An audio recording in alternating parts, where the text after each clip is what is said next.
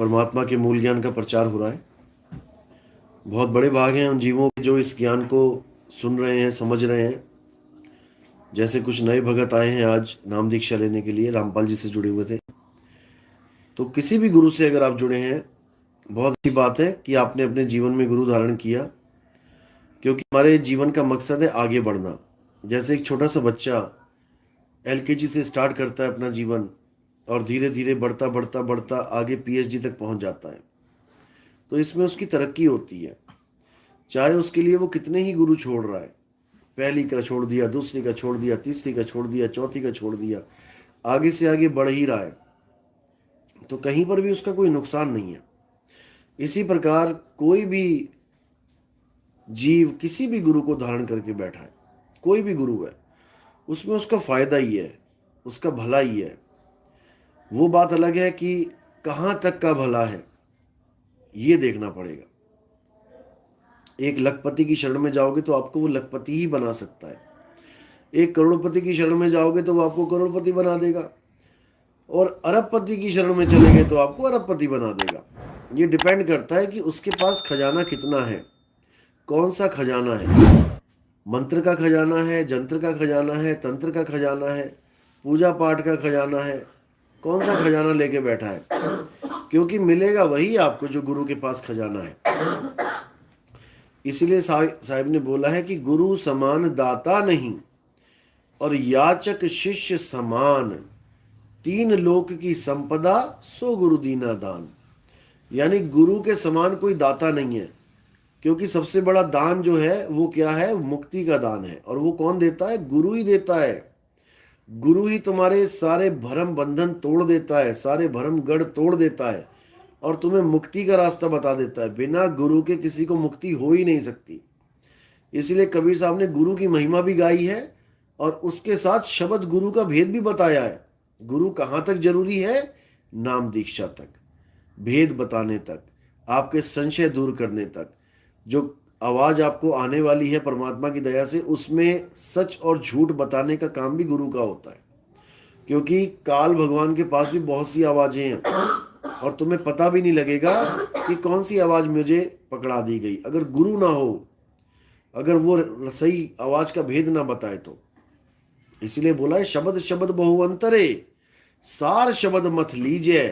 और कहे कबीर जहां सार शब्द नहीं, दृग जीवन सो जीजे। धिक्कार है उस जीवन पे जहां पर सार शब्द की महिमा नहीं है, सार शब्द का भेद नहीं है। शब्द का तो है लेकिन सार शब्द का नहीं, क्योंकि शब्द शब्द बहु अंतरे, शब्द तो बहुत से हैं, बहुत गुरु लेके बैठे हैं। कोई कान में फूंक मार रहा है तो उसको भी शब्द बोल रहा है, कोई नाभि पे ध्यान लगा रहा है तो उसको भी शब्द बोल रहा है कि शब्द उठता है नाभि से। अब जिसका शब्द उठता है तो उसका शब्द बैठता भी होगा। ये उठने बैठने वाले सारे शब्द नकली शब्द हैं, आने जाने वाले सारे शब्द नकली शब्द हैं। इसलिए साहिब ने बोला आवे ना जावे, जन्मे नहीं मरे, सो निज पीव हमारा हो। आना जाना ये सब माया का खेल है, लेकिन जब तक हमें भेदी गुरु नहीं मिल गया, शब्द भेदी गुरु, जब तक बात नहीं बनेगी। और कौन कौन से शब्द हैं? और मंत्र शब्द हैं, हिंदी के शब्द, पंजाबी के शब्द, उर्दू के शब्द, फारसी के शब्द, दुनिया भर के शब्द। उन शब्दों को भी शब्द ही बोला जाता है। अब कई गुरु उन शब्दों को लेके बैठे हैं, आओ तुम 5 नाम जप लो, आओ तुम 7 नाम जप लो, आओ तुम 10 नाम जप लो। और क्या है उनके पास? हिंदी के शब्द, पंजाबी के शब्द, यानी अक्षरों का समूह लेके बैठे हैं। 52 अक्षरों में से जोड़ तोड़ के अक्षर बना के बैठे हैं। लेकिन कबीर साहब ने गुरु ग्रंथ साहब में बिल्कुल क्लियर कर दिया, 52 अक्षर जोरे आन, सक्या न अक्षर एक पहचान। कि 52 अक्षरों को जोड़ जोड़ के तुम बन बैठे हो सतगुरु, और उस एक अक्षर का भेद नहीं है तुम्हारे पास। वो एक अक्षर क्या है? वो आदि अक्षर है। और 52 अक्षर क्या है? इंसानों के द्वारा बनाए गए अक्षर है। इंसानों ने 52 अक्षर बनाए, इसलिए वो आदि अक्षर नहीं कहलाते। और वो जो शुरू से है और अंत तक रहेगा, जो सदा रहेगा, जिसमें शुरू और अंत भी नहीं होता, वो आदि अक्षर है। इसलिए बिल्कुल क्लियर कर दिया साहिब ने, 52 अक्षर जीव आधारा, आदि अक्षर जीभ्या से न्यारा।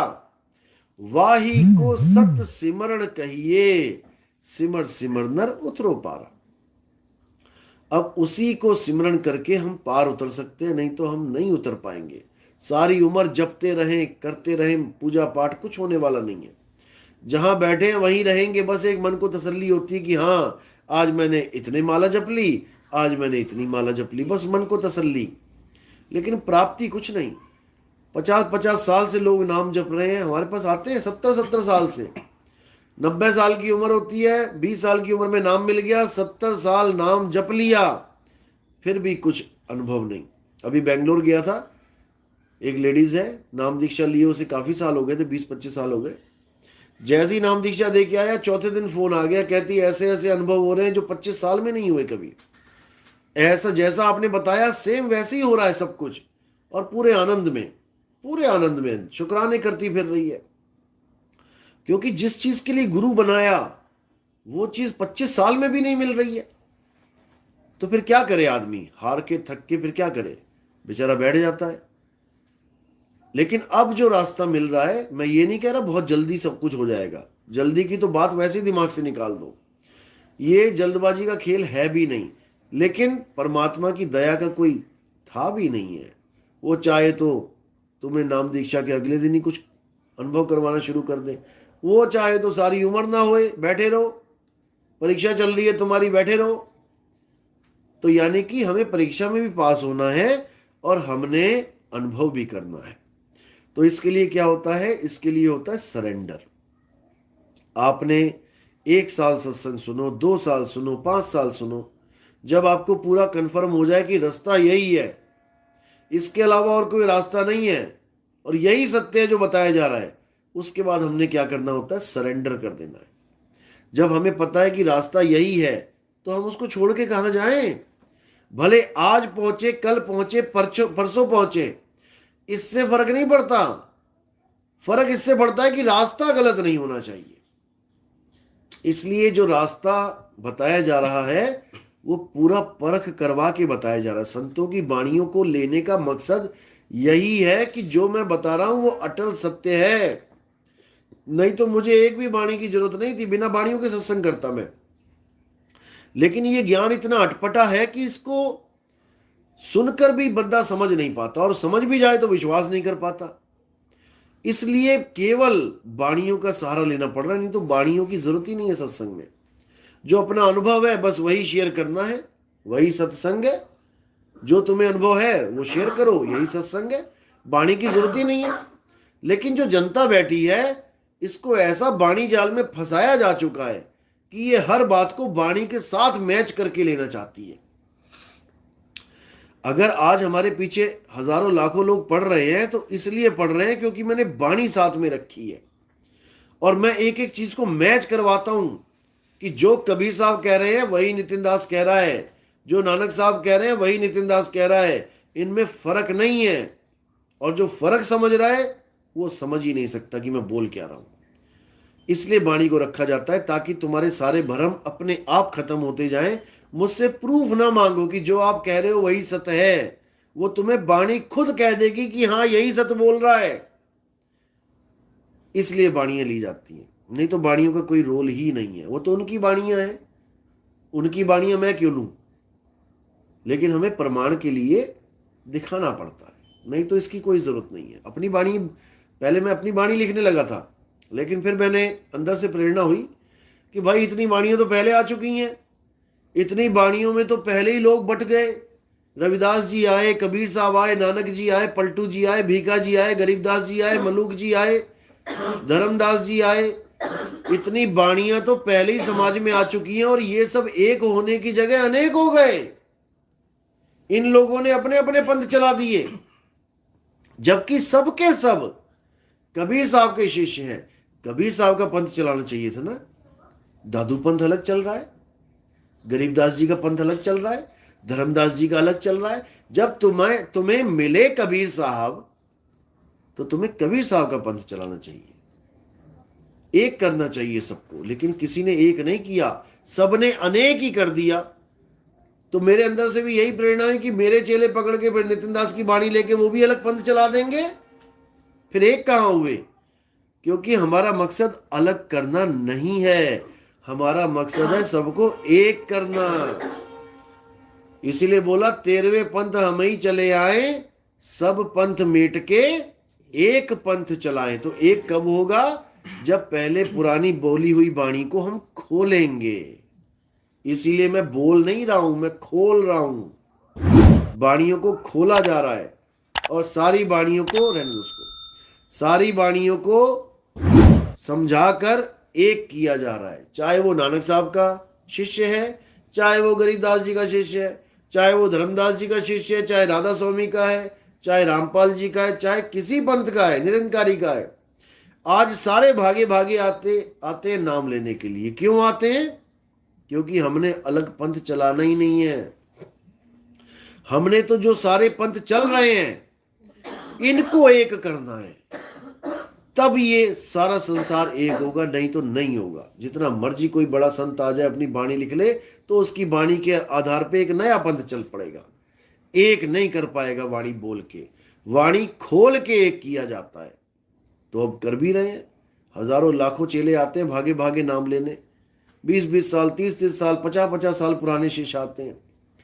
इसीलिए आते हैं क्योंकि अब उनको समझ में आ चुका है कि हमने अनेक होना ही नहीं था, हम गलती से अनेक हो गए। आए एक ही घाट बाट से, उतरे एक ही घाट, और बीच में दुविधा पड़ गई, हो गए 12 बाट। ये दुविधा जो पड़ी है इसी की वजह से 12 बाट है, और यही 12 पंथ काल के हैं। 12 पंथ काल फुरमाना, भूले जीव न जाए ठिकाना। ठिकाना नहीं समझ में आ रहा है, मंत्र जपने लग गए हैं। कबीर साहब ठिकाना बताने आते हैं। रहना नहीं देश बेगाना है, ये धरती कागज की पुड़िया, बूंद पड़े घुल जाना है। कहे कबीर सुनो भाई साधो, सतगुरु नाम ठिकाना है। सतगुरु का जो नाम है, नाम ही ठिकाना है, नाम ही सतलोक है। जो नाम दिया जाता है वो नाम में समाना है। आपने समझो सतलोक पहुंच गए। क्यों? सुरत समाए शब्द में। शब्द क्या है? जो गुरु आपको देगा, उस शब्द में आपकी सूरत को समाना है। जपना नहीं है शब्द को कि तुम शब्द को जपते फिरो। जपने वालों को तो 84 में जाना पड़ जाता है। इसलिए साहिब ने कहा, मोको कहां ढूंढे रे बंदे, मैं तो तेरे पास में। ना मंदिर में, ना मस्जिद में, ना काबे कैलाश में, ना मैं जप में, ना मैं तप में। सब बिल्कुल क्लियर कर रखा है, लेकिन नहीं समझ में आता किसी को। इसीलिए अब हर आदमी, जितने भी हमारे सत्संग सुनते हैं, पूरा विवेक लगाते हैं, पूरा विचार करते हैं। आपको यकीन नहीं आएगा, पूरे पूरे गांव में हड़कंप मचा हुआ है। मैं जाता हूं, पता लगता है पूरा पूरा गांव बैठ जाता है सामने आके, और पूरी ज्ञान चर्चा चल रही है आपस में। क्योंकि सबको समझ में आ चुका है कि हम कहाँ गलती कर रहे थे। अलग अलग पंथ के लोग पहले से बैठे हुए गांव में। अब क्या होता है, पूरा दिन काम करते हैं, मेहनत करते हैं, शाम को आ जाते हैं बरगद के नीचे। गांव में होते ना, पीपल हो गया, बरगद हो गया, उसके नीचे पहले ताशवाश चलती थी, अब ज्ञान चर्चा चलती है। अब बहुत अच्छी जागृति हो रही है, और धीरे धीरे देखते देखते आप ही की आंखों के सामने ऐसी ऐसी जागृति हो जाएगी कि घर घर में यही सत्संग चलेगा। ये दिन दूर नहीं है। एक समय था जब महाभारत शुरू हुई थी, एक रामायण शुरू हुई थी। शुरुआत में रामायण को कोई जानता ही नहीं था, राम जी का भी इतना प्रचार नहीं था। जब से रामायण शुरू हुई, टीवी आए घर घर में, उसके बाद जय जयकार हो गई। इतनी जय जयकार हो गई कि जो राम बना हुआ था उसी को राम बना बैठे लोग, उसकी फोटो लगा के पूजा करने लग गए, उसी को राम मान लिया था कि यही राम है। तो ऐसा तब होता है जब जागृति होती है। इसी प्रकार ये जो सत्संग हमारे चल रहे हैं, इसको सुनकर कृष्ण जी के भगत, राम जी के भगत, हनुमान जी के भगत, भोले शंकर के भगत, मुस्लिम भगत, ईसाई भगत, सिख भगत, सबको समझ में आने लग गया है कि सत्य क्या है। और सत्य किसी का अलग अलग नहीं है। यही सबसे ज्यादा लोगों को पसंद आ रही है बात कि हमारा सबका परमात्मा एक है, लेकिन हम परमात्मा को समझ ही नहीं पा रहे थे। उसका एड्रेस ही नहीं मिल रहा था, और उसका एड्रेस दे रखा है वाणियों में। बिल्कुल क्लियर बता रखा है। जब सिख लोग अरदास करते हैं तो लास्ट में क्या बोलते हैं, जो प्रभु को मिलबो चाहे तो खोज शब्द में ले। यानी अगर तू प्रभु से मिलना चाहता है तो परमात्मा को कहां खोज, शब्द में खोज। कितना क्लियर लिखा हुआ है। लेकिन शब्द एक गुप्त कोड है, शब्द गुप्त कोड है। कौन खोलेगा, गुरु खोलेगा कि ये शब्द क्या है। अब लोग शब्द को समझ जाते हैं 52 अक्षरी शब्द। इसके लिए गुरु ग्रंथ साहब में क्या बोला है, 52 अक्षर जोरे आन, सक्या ना अक्षर एक पहचान। वो एक अक्षर तू पहचान नहीं पा रहा है जिसमें वो शब्द, जिसमें वो परमात्मा प्रभु छुपा है। उसी एक अक्षर में प्रभु छुपा है, उस एक अक्षर को जानना है। और जो 52 अक्षर है उसको छोड़ना है। सोई गुरु पूरा कहावे, जो 2 अक्षर का भेद बतावे, एक छुड़ावे, ये 52 अक्षर छुड़वा देवे, जपना तपना छुड़वा देवे। एक लखावे, उस आदि अक्षर का लखाव करे, तब प्राणी निज घर को जावे। ये काया निज घर नहीं है। निज घर का मतलब होता है जिस घर में परमात्मा रहता है, वो मेरा निज घर है। अब सारे क्या बोल रहे हैं, तेरी काया में परमात्मा है, तेरे शरीर में परमात्मा है। पूछो कहां पे है तो कहते हैं यहां पे है। और अंत में तुम ये घर छोड़ के चले जाओगे। अगर ये मेरे परमात्मा का घर होता तो मुझे छोड़ना क्यों पड़ रहा है, ये मैं अपने परमात्मा का घर छोड़ के क्यों जा रहा हूं। यही समझ में नहीं आ रहा लोगों को। जो निशाना यहां का लगा दे, समझ लो कि उसने तुम्हें मन का गुलाम बना दिया। यहां पर मन बैठा है, परमात्मा नहीं बैठा है। यहां पर ज्योत जग रही है, ये ज्योत ही मन है। मन तू ज्योत स्वरूप है, अपना मूल पछाण। नानक साहब की बाणी है कि हे मन तू ही ज्योत स्वरूप है, तू कहां से आया है वो जान। कैसे जानेंगे, अपने मूल को पहचान। मूल यानी जहां से तेरी शुरुआत हुई है। शुरुआत कहां से हुई है, अल्लाह से हुई है। अव्वल अल्लाह नूर उपाया, ये नूर बाद में उपजा है, ये प्रकाश बाद में आया है। लोग प्रकाश में उलझे पड़े हैं। प्रकाश दिख जाता है कहते परमात्मा ही मिल गया, ऐसा नहीं है। अव्वल अल्लाह नूर उपाया, कुदरत के सब बंदे, एक नूर से सब जग उपजिया, कौन भले कौन मंदे। उस नूर से ये दुनिया बनी है। उस नूर को काल निरंजन जानो, उस प्रकाश को जिसने 3 लोक की सृष्टि बना दी है। 3 लोक एक जेल है, पाप पुण्य 2 जाल, सारा जग भोजन बना, खाने वाला काल। अब ये काल कैसे खाता है, विराट रूप में बिल्कुल स्पष्ट दिखा रखा है। आप तो रामपाल जी के शिष्य हो, विराट रूप तो अच्छी तरह देख रखा है ना कि हे अर्जुन मैं बड़ा हुआ काल हूं, सारी सृष्टि को मैं ही खाता हूं। और अर्जुन क्या देख रहा है, उस काल के स्वरूप में। यानी वो कृष्ण को मत समझना कि कृष्ण जी है वो, उस वक्त स्वरूप काल भगवान का है वो। कृष्ण जी तो एक आदमी है ना, लेकिन जब वो विराट रूप में आ जाते हैं तो वो अलख निरंजन का रूप है। जैसे फौज और फौजी, एक फौजी को फौज मत समझ लेना, फौजी का रूप अलग है और फौज का रूप अलग है। तो इसी प्रकार कृष्ण जी जब एक होते हैं, सिंगल पीस में होते हैं, तो उसको कृष्ण तुम कह सकते हो। लेकिन जब विराट रूप आता है तो कृष्ण जी भी अपना नाम बदल के काल कहते हैं वहां पे कि हे अर्जुन मैं काल हूं। जब पूछा कि महाराज आप कौन हो, हाथ जोड़ के पूछा गिड़गिड़ाते हुए। अगर वो कृष्ण जी होते तो अर्जुन क्यों पूछ रहा है ये कि हे महापुरुष आप कौन हो, क्यों बोला।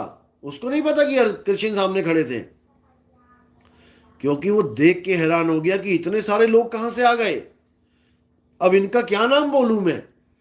कृष्ण जी होते तो मैं नाम भी बोल देता कि हाँ तुम कृष्ण हो। अब 1000 1,00,000 1,00,00,000 बंदा सामने खड़ा हो गया, वो भी ऐसा बंदा जिसके मुंह खुल रहे हैं और आदमी जा रहे हैं, नर का भक्षण कर रहे हैं। आदमी जा रहा है साबुत गाजर मूली की तरह, उस आदमी को खा रहे हैं। उसको कृष्ण जी कैसे कह दे अर्जुन। कृष्ण जी क्या आदमी का भोजन करते हैं। कृष्ण के भगत तो लहसुन प्याज तक नहीं खाते, और कृष्ण जी सतोगुणी कहलाते हैं, वो आदमी को कैसे खाएंगे। वो रूप है काल निरंजन का, जो सारी सृष्टि को खाता है। ये काल निरंजन इतना शातिर है, आप समझ भी नहीं सकते, सोच भी नहीं सकते। ये सबके अंदर मन बन के बैठा हुआ है। मन ही स्वरूपी देव निरंजन, तुम्हें राख भरमाई हो, ए हंसा तू अमर लोक का पड़ा कालवश आई हो। ये सबके अंदर मन रूप में बैठा है और यही सृष्टि चला रहा है सारी। कैसे चला रहा है? एक दूसरे को श्राप देके और एक दूसरे को वरदान देके।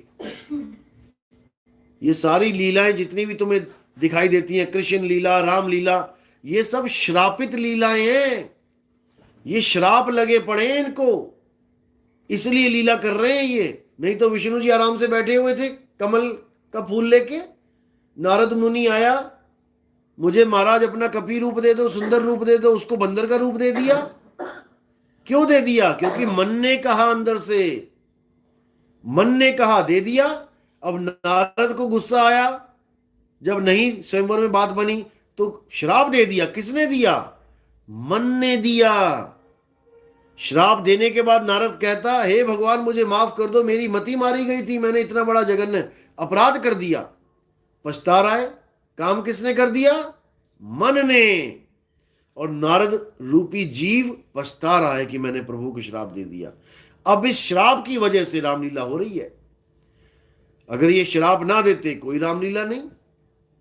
तो जितने भी देवी देवता जितने भी आ रहे हैं, ये सब श्राप लग के आ रहे हैं। श्राप लगा राम जी को कि मैं तेरे ऐसे ही तीर मारूंगा जैसे तूने मुझे मारा। बाली ने श्राप दिया, इसलिए कृष्ण बन के आना पड़ा, क्योंकि श्राप खाली नहीं जाता। तो इसी प्रकार ये मन बहुत खेल खेलता है। ये मन का ही सृष्टि है सारी। मेरा भाई, मेरा बाप, मेरा बेटा, मेरा, ये सब मन ही मान के बैठा है। अभी प्रॉपर्टी का झगड़ा हो जाए दो भाइयों में, वो मेरा भाई नहीं है, मैं शक्ल नहीं देख रहा उसकी, ये मन ही तो है। ये सब मन ही करवा रहा है। और इस मन के खेल को बड़े बड़े ऋषि मुनि नहीं समझ पाए। पराशर जैसे 21,000 साल तपस्या करते रहे मन को कंट्रोल करने के लिए। उसके बाद मल्ला की लड़की के ऊपर उसका चरित्र खराब हो गया। तो ये मन बहुत शातिर है, ये पता नहीं क्या क्या करवा दे। इसीलिए साहब बोल रहे हैं, मन के मते न चालिए, मन है पक्का दूत। ये तुम्हें ऐसी जगह ले जाके डुबोएगा कि तुम्हें पानी भी नहीं मिलेगा वहां पे। तो इसी मन से, इसी जोत से हमें बचना है। और ये जोत कहाँ बैठी है? त्रिकुटी में बैठी है। अब इसको क्या करना है हमने? इसको जैसे हम शहर को बाईपास कर देते हैं ना, शहर में घुसते ही नहीं है और बाहर से रिंग रोड से निकल जाते हैं। बस बाईपास ही करना है, इसको जाना ही नहीं है। अगर तुम गलती से इंगला पिंगला सुषुम्ना में चले गए तो समझ लो कि अब तुम्हारा निकलना मुश्किल है।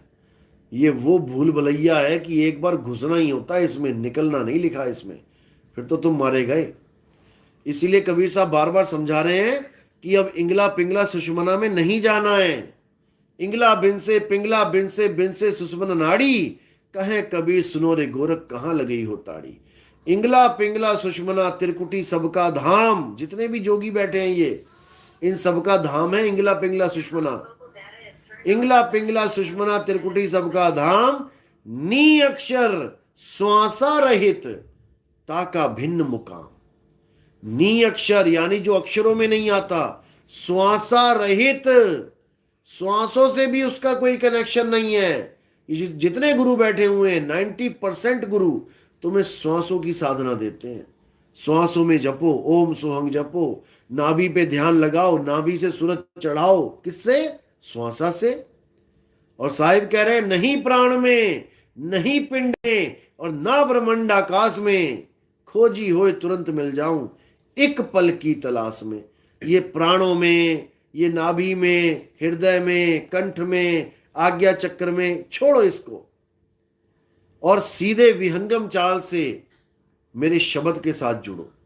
शब्द विहंगम चाल हमारी, कहे कबीर सतगुर दई तारी। खुले कपाट शब्द झनकारी, और पिंड अंड के पार सो देश हमारा है। कहीं गलती से पिंड अंड में मत ढूंढने लग जाना, यानी काया में मत ढूंढने लग जाना, नहीं तो बात नहीं बनेगी, धक्के खाने पड़ जाएंगे। तो परमात्मा ना तो काया के अंदर है और ना ही बाहर है, जंगल में, मंदिर में, मस्जिद में, गुरुद्वारे में नहीं है। ना अंदर है ना बाहर है। वो कहां पर है? वो तो मेरे पास में। अब ये पास कहां है? किसी भी गुरु से पूछो परमात्मा पास है तो बताओ कहां है पास। जब पास में है तो नाम क्यों दे रहे हो जपने के लिए? जवाब नहीं आएगा किसी को भी। जो चीज मेरे पास है मुझे उसका भेद बताओ ना, मेरी सूरत सीधे वहां लगाओ ना। लेकिन कोई सूरत शब्द का भेद नहीं है। मंत्र जप लो, मंत्र जप लो, मंत्र की मंडी लगा के बैठे। लेकिन कबीर साहब ने सबका भेद खोल रखा है। 52 अक्षर लोक त्रय, सब कुछ इन्हीं माही, ये आखर खिर जाएंगे, वो आखर इनमें नाही। यही गरीबदास जी कह रहे हैं। 52 अक्षर लेख, राम रंग होरी हो, वो अक्षर यामे नाही, राम रंग होरी हो। कागज कलम कलेस, राम रंग होरी हो, वो रहा शेष का शेष, राम रंग होरी हो। वो कागज कलम का खेल नहीं है कि गुरुजी ने लिख के दे दिया और तुमने पढ़ लिया, रट लिया। ये तो 52 अक्षर का खेल है। ये 52 अक्षर होठ कंठ जीव का खेल है। और साहिब कह रहे हैं होठ कंठ लागे नहीं, जीव्या नहीं उच्चार, गुप्त वस्तु को जो लखे, सो निज हंस हमार। जो उस गुप्त वस्तु को यानी उस आत्मा रूपी गुप्त वस्तु को लख ले, क्योंकि गुप्त तो आत्मा ही है ना, बाकी शरीर तो प्रकट ही है। आंख, नाक, कान, दांत, पेट, आंत सब प्रकट है। गुप्त क्या है? आत्मा। इसी गुप्त को गैबी कहते हैं। गैबी, आत्मा को गैबी कहते हैं। साहिब कह रहे हिंदू कहूं तो हूं नहीं और मुसलमान भी नाही, 5 तत्व का पुतरा गैबी खेले माही। इस 5 तत्व में जो खेल रहा है वो किसी को दिखाई नहीं दे रहा है, इसलिए असलियत इसी को मान बैठे कि यही है। जैसे एक कठपुतली को चलाने वाला खुद नहीं दिखाई देता। उस झोपड़ी में क्या दिखता है सामने? केवल कठपुतली दिखाई देती है। तो हम कठपुतली को ही असलियत मान बैठे हैं कि कठपुतली ही असली है। ये जिंदा है, ये जिंदा है, ये जिंदा है। और जो रस्सी ऊपर जा रही है, डोर, वो जो चला रहा है वो दिखाई नहीं दे रहा। इसलिए हम कठपुतली को जिंदा मान के बैठ गए हैं। अगर हमें डोर चलाने वाले का पता लग जाए तो पता लग जाएगा कि जिंदा वो है, कठपुतली जिंदा नहीं है। इसी प्रकार ये शरीर जिंदा नहीं है। ये हमें लग रहा है केवल कि देखो दिल धड़क रहा है, देखो आंखें चल रही हैं, देखो कान सुन रहे हैं, देखो जीभ चल रही है, ये तो जिंदा है। जिंदा नहीं है, ये मुर्दा है। साधो ये मुर्दों का गांव। कौन सा गांव है जहां मुर्दे बसते हैं? बता दो। मुर्दों के अलावा बसता ही नहीं है कोई गांव में। ये मुर्दों ने ही गांव बना लिया आपस में, एक दूसरे को जिंदा समझ के। और जिंदा कौन है? वो आत्मा जिंदा है। उसका किसी को पता नहीं, एबीसीडी नहीं पता किसी को आत्मा की। और शरीरों में उलझे पड़े हैं। खुद तो उलझे उलझे अपने भगवान को भी शरीर बना लिया। खुद तो अपने आप को कठपुतली माने माने अपने भगवान को भी कठपुतली बना दिया, यानी तन बना दिया। और साहिब समझा रहे हैं ये तन विष की भेलरी, गुरु अमृत की खान। अब सुनने वाले सोचते हैं अरे हमारा तन विष की भेलरी है, लेकिन गुरु जी का तो तन अमृत की खान है। ऐसा नहीं है।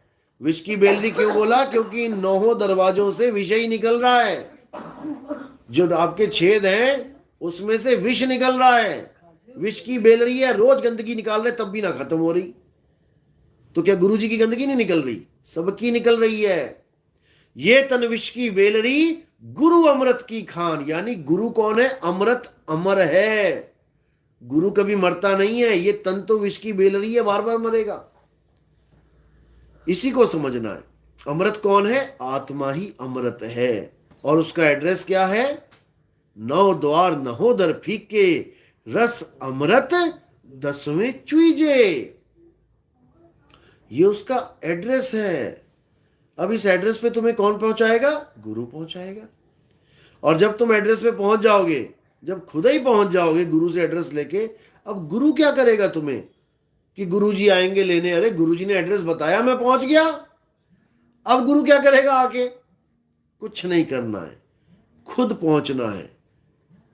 तो साहिब कह रहे हैं एक डाल दो पंछी बैठे, एक गुरु एक चेला, गुरु की करनी गुरु भरेगा, चेले की करनी चेला, तो उड़ जा हंस अकेला। चलो, तो आज का सत्संग यही